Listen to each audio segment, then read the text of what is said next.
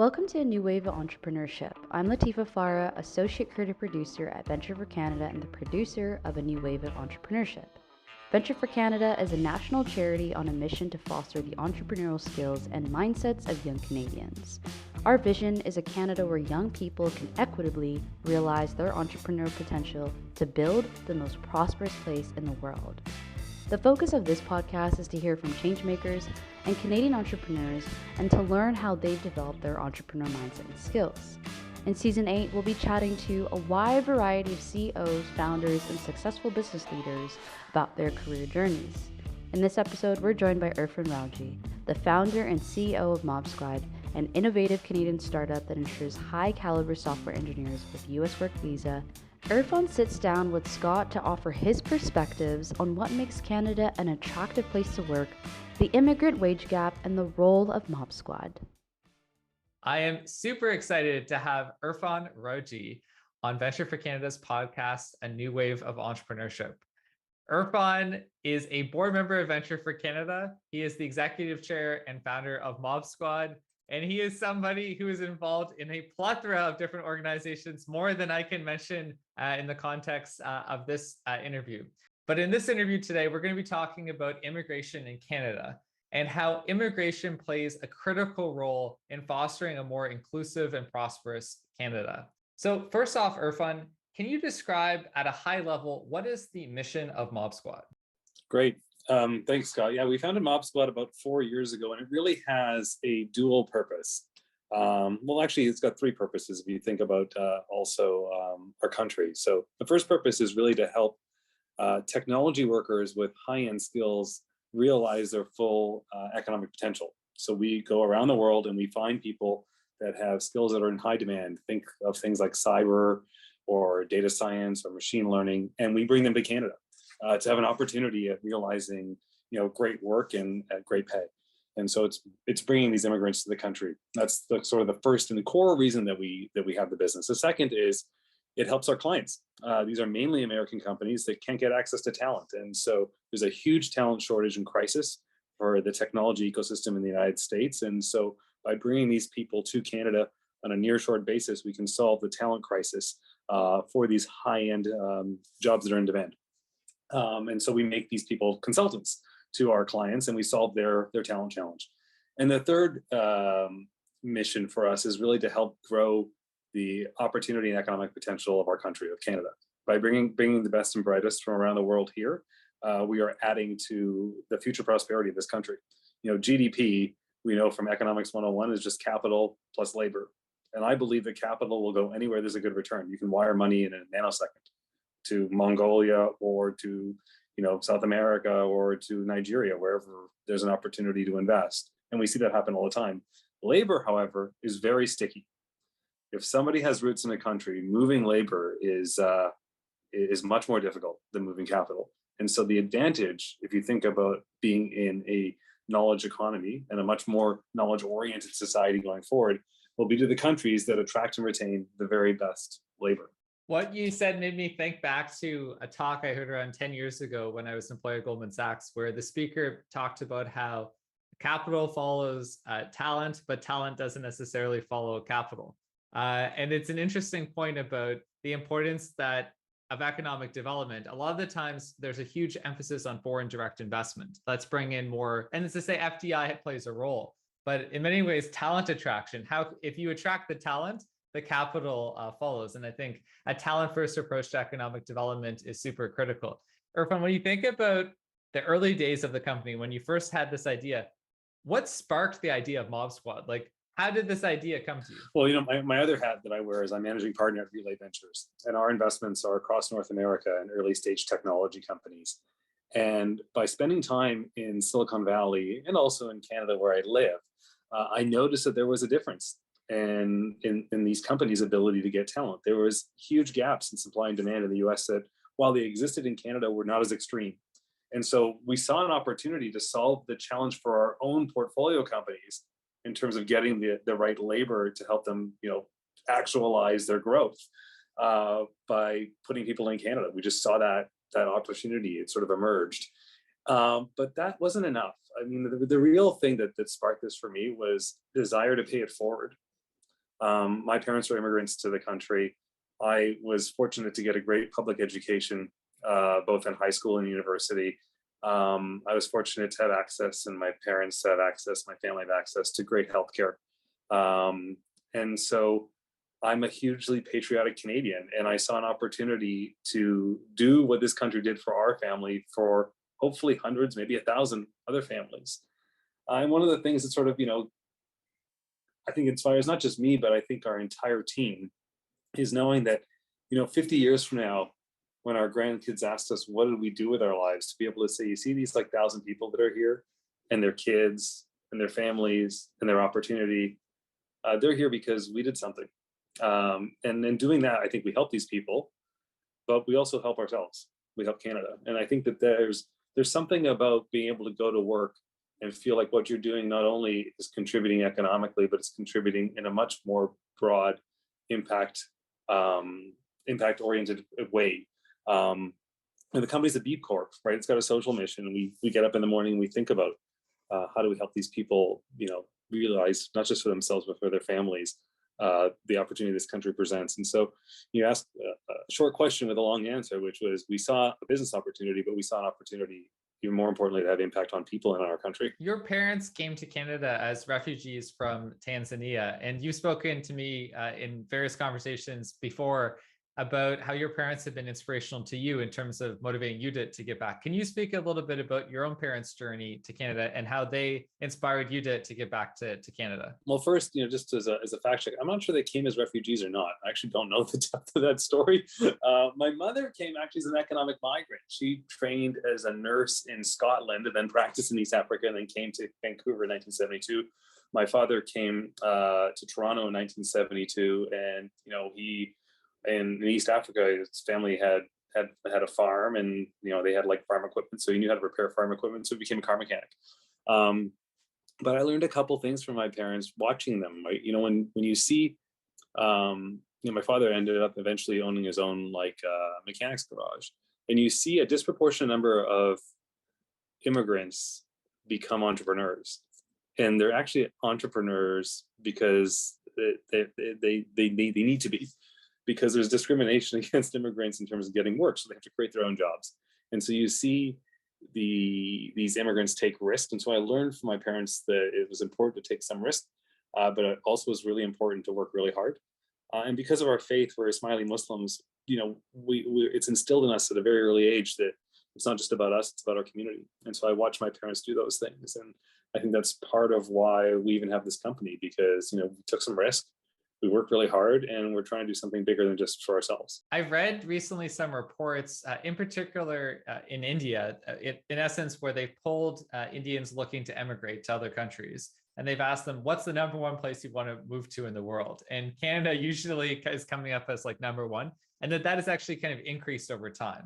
That Canada is an increasingly attractive place for people, not just in India, but all over the world to move to Canada. What do you think makes Canada such an attractive place for people from all continents, all ways of life, to want to come and move here? I think that there's a couple things that make Canada attractive, not just for Indians, but people from all over the world. The first is opportunity, right? Like, there's economic opportunity here.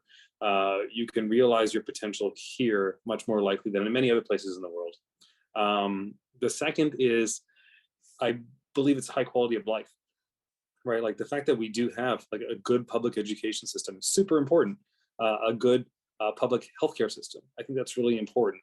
The fact that it's accessible, in most places to be able to buy a home. Those are things that I think people look to. Is like, what kind of life will I have? Not just my work life, but the rest of my life. And the third and most important thing today is Canada, more than most other places in the world, is welcoming of the other. We are watching the world actually be more fearful of the other. Walls going up, not coming down. If you look at what's happening in Europe right now, and the conversation and the tone of the conversation and the rhetoric, if you look at what's happening in the United States right now, there's a lot of anti-immigrant rhetoric in most other places in the world. Not true in Canada. In Canada, the debate that we have is not, is immigration good for the country? We all actually know that. And it's not, should we have immigration? which these are fundamental debates in many other countries around the world. The debate that we have is how much more immigration should we have? Not should we keep what we have? No. It's like, should we have another 100,000 or another 200,000 people? When you move somewhere and you feel welcome, that is a much better feeling than moving somewhere and not feeling welcome. And I think that that's our advantage in Canada. And we have to do everything we can to protect that advantage, to make sure that we understand the benefit that these people are bringing to our country, that they're making us all richer, not just economically, but culturally together. That the fact that the world will continue to become, more international, and having ties and roots and understanding of other cultures and relationships in our citizenry is valuable to all of us. If people understand these things and continue to understand these things, because in general, I think the average Canadian does, we will continue to be advantaged because we will continue to be attractive to the very best and brightest. What do you think are the main risks to Canada in terms of losing that advantageness, or that some of the advantages that we potentially offer to folks in terms of wanting to move here from all over the world? Yeah, I mean, I think it's easy to scapegoat, and I think we've seen this historically, right? So when there's difficulties in society, we look for someone or something, a politician or a group to blame. And so we have to be careful that we don't allow that rhetoric to start, but that fundamentally we look at some of the root causes of why would people have any kind of upset. And right now we do have a couple of issues, right? Like, we do have a housing crisis in Canada. We potentially will enter an economic recession. And, when people say, hey, that immigrant stole my job, that's just factually not true. Actually, they create jobs, but you can see how that kind of storyline can emerge in an economic crisis. So we have to solve the infrastructure challenges. We should have, ideally, how many immigrants should Canada have every year? I mean, as many as we can possibly accommodate into our economy, because GDP is just capital plus labor. And if we bring the very best and brightest, they will add not just GDP, but increase GDP per capita. If you were to look back at, some of the best times in our country, if you go back to the early 1900s, when we were bringing immigrants from mainly Europe at that time, as a percentage of our population, we were bringing in multiples of what we're bringing in today. So we have done it before, but we have to find a way of ensuring that we have, sufficient housing and healthcare and education access, and all the things that make this country great. We got to make sure that we invest in those things to get as many of these people here as possible. That's the risk. If we just try to put more people into a fixed amount of, healthcare capacity, that'll create a problem. I was thinking about, it would be great if we could have a time machine and we could take Clifford Sifton, who was the immigration minister in the early 1900s under Wilfrid Laurier and was in Manitoba. If we could take him to the 21st century and talk about some of the benefits of immigration at that level, because as he mentioned, in that pre-World War I era, the rate that Canada took in immigrants was unprecedented, and Canada can benefit so much from having a larger population.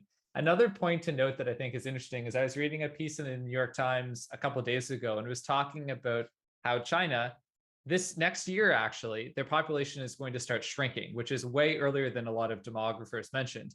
And just the huge economic and social challenges that China is going to start to face as a country because of their aging population.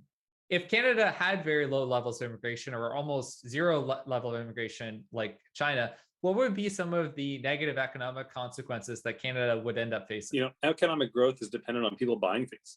So fewer people buying things is a problem, right? And so, I mean, the best analog of this is look at Japan over the last 30 years, where they've had a population be stable to declining, and look at what their stock index has done over the last 20 or 30 years. It's effectively done nothing. We are reliant on population growth to ensure that we continue to have economic growth. And the beautiful thing for us is we are able to attract immigrants that come with high skills and that earn, great salaries, and that buy houses and buy goods and, continue to have growth happen. That's an amazing thing for this country. You mentioned Wilfrid Laurier. Wilfrid Laurier famously said at the beginning of the 20th century that was going to be Canada's century. I think he got the quote right, but the wrong century. If you looked at the winner of economic growth, it has to be the country or countries that win on the labor front, right? It just has to be, like, economically and just mathematically. And who is the best in the world, in my opinion, right now at attracting and retaining the very best labor? It's us. This has to be our century. Which is a great segue to the Century Initiative, which is an initiative that advocates for Canada to have 100 million people by the end of 2100. Do you think that that's a laudable goal? I think it's fantastic. I mean, MobSquad is actually a donor to the Century Initiative because we believe in their work. We think it's really exciting. We believe that we are an analog or a case study of why this is a good idea to have as many of these people as we possibly can. I mean, if I told you you could have one PhD in artificial intelligence, would you take that person into your country? You'd say yes. If I told you you could have 100, would you say yes? You'd say yes. If I told you you could have 1,000, you'd say I want as many of them as I possibly get. And that's what I think the Century Initiative is proposing. And again, they're also being thoughtful around, okay, well, how do we do that? You know, it's a great target. It's exciting to think about that possibility. It would mean that we would have to take immigration levels up to probably closer to 1 million a year versus, I think this year's target's 500,000 permanent residents. So then what infrastructure and support do we need to actually make that actually happen? You know, and actually today, Scott, they have launched a new advocacy campaign with a series of business and community leaders across Canada talking about their view on being a champion of immigration. I know that because I'm one of the videos. I was recently getting my hair cut, and my hairdresser is a Croatian immigrant to Canada who's probably around 60. And she came to Canada in the 80s. She runs her own small business. She owns the hairdresser place. It's just her. And it's funny, we were just getting, chit-chatting, and I live in an area that has a lot of Ukrainians, historic, probably one of the highest concentration of Ukrainians in Ontario. And there's a lot of new Ukrainians who come into the area. And it was interesting because even though she's an immigrant herself, she just went off on how Canada's taking on too many immigrants. How, even though she herself has benefited from immigration to Canada. And her main point was, she was like, our healthcare system is overburdened. She's like, everything's falling apart. Transit. She's like, she's making the argument, why is Canada bringing in all of these people if the systems are falling apart? If you're getting your hair cut from this person, how would you respond to her critiques around the argument that Canada doesn't have the infrastructure to currently to take on more higher levels of immigration? We're fortunate in that we have the tool to solve the problem. So if the problem is a lack of healthcare because there's not enough doctors, there are a lot of doctors around the world that want to immigrate to Canada. The trick is we need to allow these people to practice their skills when they get here, right? This is like what Windmill does. It gets people to realize their credentials when they get to Canada by giving them a loan so they can afford to take the time to study to pass the domestic tests. The average person that takes a Windmill loan triples their salary because they go from not practicing their trade to practicing their trade. That's an unbelievable. If I told you could triple your salary, Scott, like, you'd probably stop and pay attention to that, right? Like, that's a big, big deal. Our challenge is we're getting all the right people on the bus right now, in my opinion, but we're not putting them in the right seats. We have a lot of trained doctors that are not allowed to practice. And here's a smoking gun. I don't know if you remember back in March of 2020, when COVID first started, that's when we said, hey, our healthcare system is going to be completely challenged. And so what we need to do is allow these foreign trained doctors to practice. Okay, so suddenly we have a virus that we don't understand. It's a new disease. We don't know its implications. We don't know like how deadly it was. We don't know what, like how it even, we didn't even know how it was transmitted in the first couple of weeks, right? So suddenly a problem for which we have no understanding, a foreign doctor is qualified to help. But a month earlier, all the things for which we have great understanding, they were not allowed to practice. You got to decide, are these people capable or not? That was a smoking gun. And it tells me that we have fundamental work to do in thinking about getting the right people into the right seats. Because that's the healthcare challenge. Is not just a challenge because of immigration, it's a challenge for lots of other reasons. There's fundamental issues with it. It's broken, right? Like, I mean, you're from Nova Scotia, and you know that I have about 20 staff now in MobSquad in Nova Scotia, many of whom don't have access to family physicians. It's not because they aren't investing in the healthcare system in Nova Scotia. they actually have more practicing doctors in Nova Scotia per capita than anywhere else in the country. And to that point, Irfhan, over the last 3 decades, the immigrant wage gap when compared to non-immigrants in Canada increased from 4% to over 10%. Why do you think that this wage gap has actually increased over the last couple of decades? Yeah, I mean, I'm sure there's multiple reasons that has happened. I think part of it potentially maybe if you looked at the temporary foreign work programs that exist, where people come in for a year or two, technically you're supposed to be paying the market rate, but I've read some stories where that's not the case.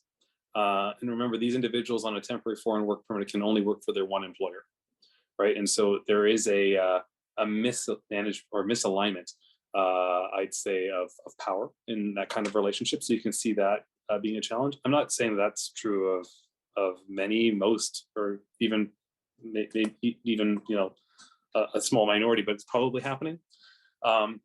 But I don't think that's universally true, this fact, right, Scott? Like, if you look at MobSquad, our average software engineer earns on average about 130,000 Canadian dollars a year. The average software engineer in Canada, of about the same amount of training, about 10 years, earns $92,000. So we're an example of an employer where it's the opposite. And virtually everybody that works for the company is an immigrant to the country. And they're earning almost 50% more than the prevailing market wage. I think there's probably some systemic issues, and there's probably still continued bias and discrimination that we need to work hard at solving, because that could be the Achilles heel in our future prosperity is not ensuring that these people are treated appropriately. Because if they feel that they're not being treated appropriately, that also travels. And to your comment earlier of number one place that people want to come to is because they do feel respected and they do feel welcomed. And if they don't feel those things, they won't come here. Yeah, and to your point, it's so critical for Canada's future that we are a place that tens of millions of people want to move. And if we lose that reputation, it has a huge negative impact on our future as a country. One issue that people frequently talk about is the challenges posed by professional associations. So for instance, bodies that license doctors or lawyers or any other kind of professional group, and how they can function as gatekeepers that in essence limit immigrants to use their foreign credentials here in Canada. Do you think that that is a major issue? It is absolutely a major issue. It is actually the core of the problem. And it frustrates me to no end. I'm on the board of the Institute for Canadian Citizenship. About 5 years ago, we commissioned a study and wrote a report called Closed Shops. Why are these professional organizations doing this? I have a thesis, which is if you can limit supply of a professional skill, you increase the price of the skill. And so that's how you actually ensure that you have wage growth. I'd be curious to know in Canada, what's the salary or the compensation of the average doctor over the last 10 or 20 years? How has that gone up relative to the rest of society, relative to the rest of high income earners? You saw in British Columbia, I want to say a few weeks ago, a massive increase to compensation to doctors. That is the goal of the medical association. If you're a member of the medical association, you want them to lobby to get you more compensation. One of the ways of increasing the price of your skill is to limit the supply of it. It's terrible, but that's what I think the problem is. It's one thing that I found very perplexing is that when people say there's a shortage of doctors in Canada, sometimes I think to myself, well, why don't we recruit more doctors from around the world, or just increase the amount of people who go to medical school? And to your point, I think that when anyone has a monopoly over anything, it be that a credential, an organization that gives out credentials, to your point, there are a lot of benefits to the members of that association in limiting the supply. Yeah, and I argue to you, look at the number of organizations and individuals that are pounding the table hard to say foreign doctors should be allowed to practice. I mean, we said it at the beginning of COVID. We all did. Suddenly they were qualified. But then I want you to look at how many doctors have you heard say that? Not that many. And to your point, I think that there is a need to make Canada a lot more welcoming within reason around foreign credentials, so that we're able to attract more folks, not just doctors, but this could also be from everything from skilled trades to a variety of other sectors, because that's a key point also to attracting people. If people are coming to Canada with medical degrees or advanced degrees, and then they're not able to actually practice their vocation, that's not a way that we attract top talent to come here. That's exactly right. I mean, I want to be fair also to the medical association. Like, we want to make sure that whoever is credentialed is qualified to practice. Like, we don't want to hurt, the population. But I do believe that there are smart people outside of Canada, like, fundamentally. I just think that not all the smart people are here, and that these people are absolutely capable of practicing their trade. And we should do everything we can to encourage that to happen.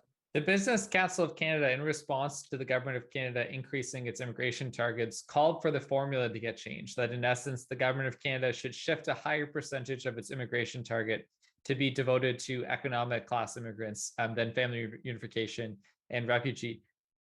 Do you think that do you disagree with that policy recommendation by the Business Council of Canada? I understand why the Business Council of Canada would say that. And I think if you were to ask, like, the United Church of Canada, they may give you a different answer. I mean, everyone's got sort of the thing that they're trying to work on. I think you can do both.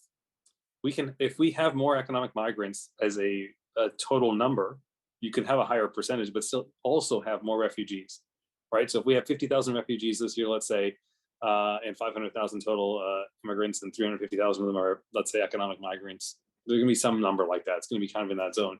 Could you go to 800,000 economic migrants and 100,000 refugees? Like, could you do both? And so the percentage is still higher, but you're still also able to take on more absolute number of refugees. I think that's possible. And I think that's kind of the winning strategy. There was a great piece in the Globe and Mail recently talking about the contribution of immigrants to the Canadian labor force. And it's approximately 30% of all people who work in Canada are immigrants, which is, I think, something that is so amazing, because there's probably almost no country in the world that has that high of a percentage of the workforce be immigrants. And to your point, immigrants make such a tremendous contribution, not just as entrepreneurs, but also as employees, as executives, and in so many different kind of facets of Canada's economy. That being said, there's also a lot of challenges within Canada's immigration system. And I've had many conversations with different employees of Venture for Canada who are immigrants, who talk about their personal travails and challenges with the immigration system, of long delays, of paperwork getting lost, of a lot of kind of issues. And I'm sure you probably heard similar things through folks who you know and you support through MobSquad. What do you think are some of the structural changes that need to take place within Canada's immigration bureaucracy in order for Canada to further scale the number of immigrants that come to this country each year? It's just investment in people and process and technology. I tell you, the people that we work with in the department are amazing people, and they're super hardworking. But we got to give them the tools to be more effective, and we got to invest more in building the department. If this is really important, I think this is the number one tool to our future prosperity. So it deserves to be treated that way. When the government of Canada, I think last year, announced they were going to invest another 50 or 75 million or $100 million in the department. I can't remember the number, but I was like, there's like 2 million people that are in the backlog. And if you think about the economic value that those people could bring to the country, you're going to invest $50 per person. Like, these people can make like $100,000 a year. We can pay $40,000 in taxes next year.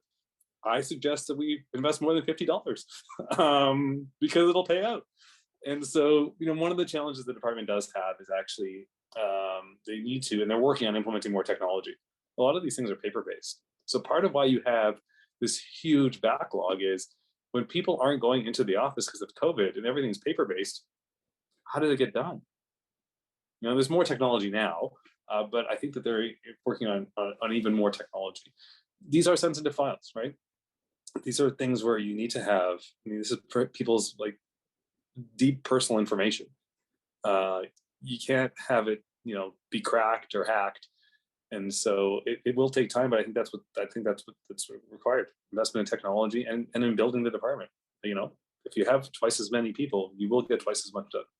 Historically, most immigrants who come to Canada have gone to some of the major urban centers. So in particular to Montreal, Toronto, Vancouver, Calgary.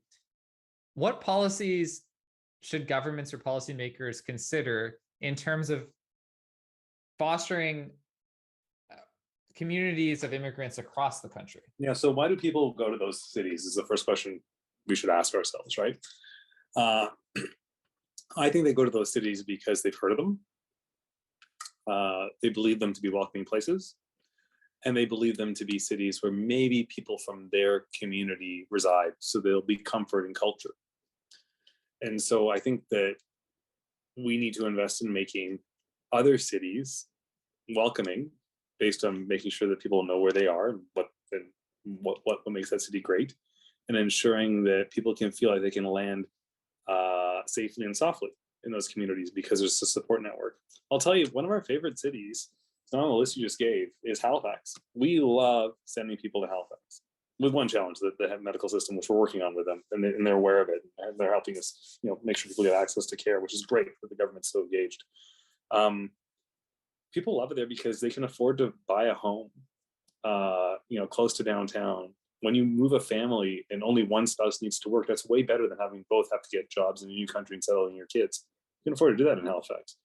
And the community is extremely welcoming of immigrants. The average Haligonian knows that immigration is good for their economy. And so you should see just the conversations and the openness of that community. We've settled almost 20 people there in the last couple of years. And they love it there. And they're building roots there and they're buying homes there. It's not good enough just to get them to land there. They got to stay there, right? That's the real challenge. Because historic programs will get people to go to different communities, but then once they get their permanent residency or their citizenship, they often will move. How do we make sure they stay? And so I think that's really critical. And part of it is, can we ensure that people understand the relative quality of life of living maybe in a smaller community where there's great access to all of the amenities that they'd want, plus an affordable life. When we were chatting before this interview, Irfhan, you had mentioned a book you'd recently read that referenced as a quotation that is in Ellis Island by an Italian immigrant. Can you describe that quotation and what are some of your takeaways from that? Yeah, so the book is called Streets of Gold. It just came out earlier this year. It's by a professor at Princeton, Leah Buston, and a professor at Stanford, I'm going to pronounce his name wrong. I think it's Abranovsky. And they did a study over 10 years. Over 100 years. It took many years to get done, where they tracked immigration and immigrants over time and their relative economic output. And they learned something really interesting, which is contra to what we mainly think about with immigrants. With immigrants, we think it's a rags to riches story, that you come here, you don't make very much money when you first get here, you do a tough job, and then you suddenly become a wealthy entrepreneur. Turns out that's not the case. People, when they land in the United States over time, and again, they track this over 100 years, if they came in and they were sort of at the 25th percentile of economic earnings, they kind of stayed there their entire life. They've actually tracked the immigrant with their IRS data over time. So it's like a big data project they took on. But they learned something else. They learned that the kids of immigrants actually economically outperformed kids that were born in America, and whose parents were born in America. So sort of, people that have been there for multiple generations, to the tune of like moving from like the 25th percentile to like the 55th or 60th percentile in earnings, like a big jump. And so it's the kids of immigrants that actually are the story of the economic potential of immigration. And the reason I give you all that backstory is because this quote that they start the book with, and the book's called Streets of Gold, is actually the quotation at the entrance of the Ellis Island Museum on immigration. And it's by an Italian immigrant from about 100 years ago. And the quote goes something like this. I'm paraphrasing it because I don't have it right in front of me. I came to America because they told me the streets were paved with gold. When I arrived, I realized three things. The first is that the streets were not paved with gold. The second is that the streets weren't paved at all. And the third is that they expected me to pave them. And that, to me, I think, is the story of immigration in the United States and Canada. People come and they do the hard jobs because they believe in a future for not just themselves, but really for their kids. And it's their kids that benefit, but also contribute substantially to this economy. And I think that opportunity still exists today. Those are very wise words to close off the interview. And I have one final question for you, Irfhan. If you were to meet with the Prime Minister of Canada and share like a quick, in an elevator, and it was a quick elevator pitch about what the government of Canada should do over the next 10 to 20 years as it relates to Canada's immigration strategy, what would you say? Say two things. We need to do much, much more in terms of the quantum of people that we are bringing in, because again, GDP is just capital plus labor. You can get one PhD or 100 or 1,000. How many do you want? I want as many as I can get. And the second is we got to invest in the infrastructure and the support systems to ensure that they are able to have access to healthcare, education, and housing so that they and the rest of us can continue to be successful. This is such an important topic. I think immigration is something so critical to Canada's competitiveness and to our future as a country. There are a few people I think who are better poised to speak on this topic than Irfhan Rawji. Irfhan, it's been a pleasure getting to know you both professionally through VFC as well as to call you a friend. Thank you so much for coming on the podcast this afternoon. Thank you, Scott. I enjoyed our discussion and hope to see you soon. That's it for this week's episode of A New Wave of Entrepreneurship. Stay connected with us via our socials and our email list. Subscribe to us in your favorite podcast app so that you don't miss our next episode. If you have any feedback on today's episode, tweet us at Venture for Canada, that is Venture, the number 4, Canada, or email us at podcast@venture.canada.ca. We'd love to hear from you. Thanks for listening. I'm Latifa Farah, and that was Scott Sturrett. Until next time, stay safe, stay motivated, and stay grateful.